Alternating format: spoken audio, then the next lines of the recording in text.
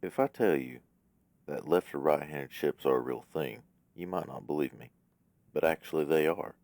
Of course, we're not talking about left or right-handed in the conventional sense.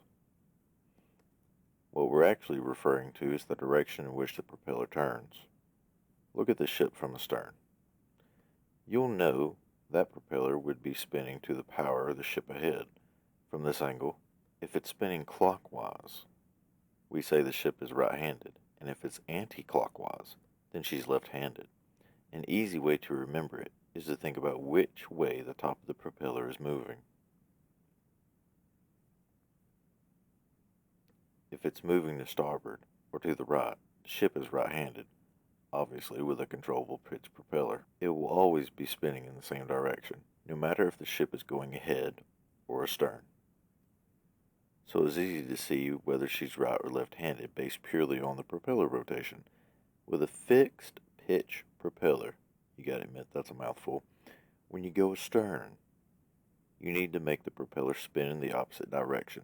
Now, although you change the direction, you've not changed whether it's right or left-handed. You still reference only their head rotation when talking about right or left-handed ships. Even though you make the propeller spin anti-clockwise to go astern, she is still right-handed.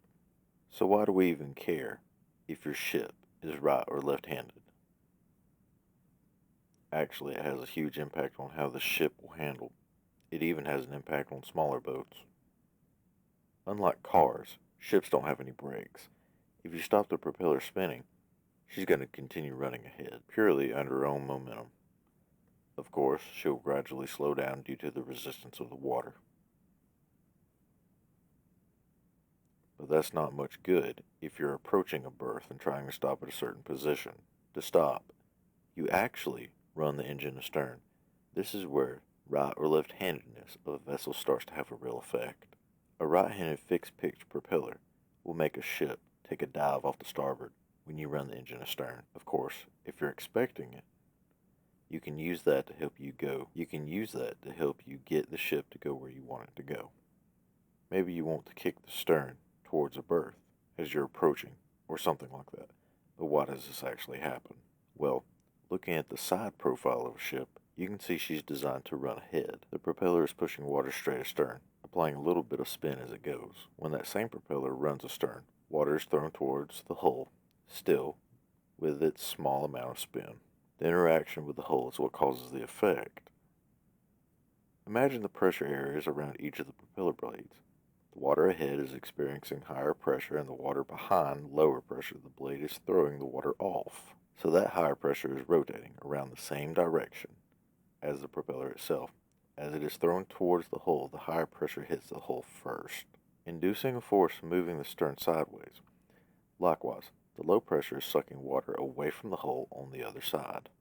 Exaggerating the effect looking from above, if there's a force applied to the stern, clearly the ship is going to start to turn.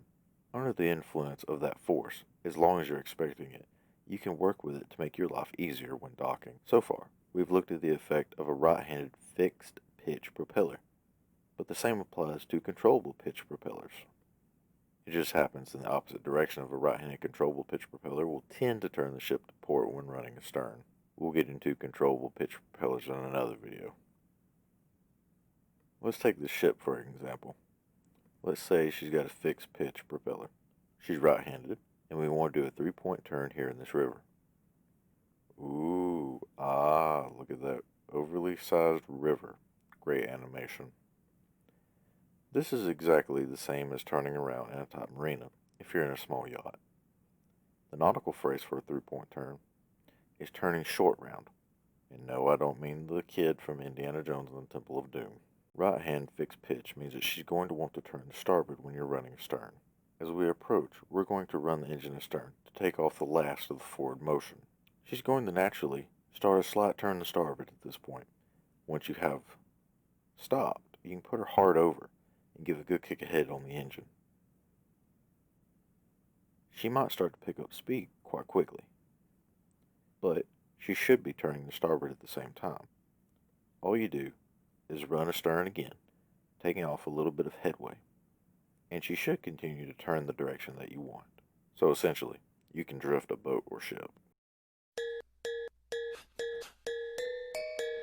The same applies when you're approaching a berth.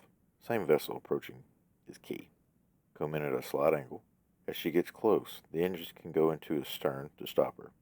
The right-handedness of the propeller warps the stern towards the key, almost making it look like the ship is docked herself. The act of walking the stern one way or the other has meant the effect is called propeller walk. You may hear a lot of boaters referring to propeller walk when their boat is handling or on larger ships. We tend to call it transverse thrust instead. It's just a slightly more technical term of describing the same effect.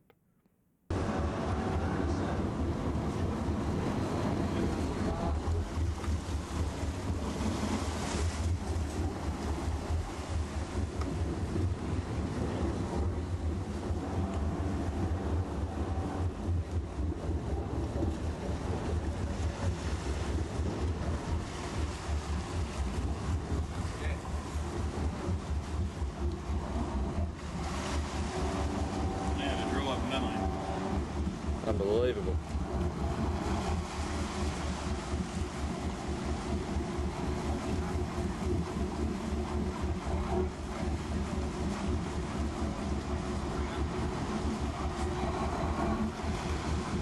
So next time you're on a boat and somebody tells you that she's left-handed, you'll know they're actually being serious and not pulling your leg. Hopefully you found this nautical knowledge video topic interesting. For more like this every other Friday, please like and subscribe to the channel. Thank you for watching, and goodbye.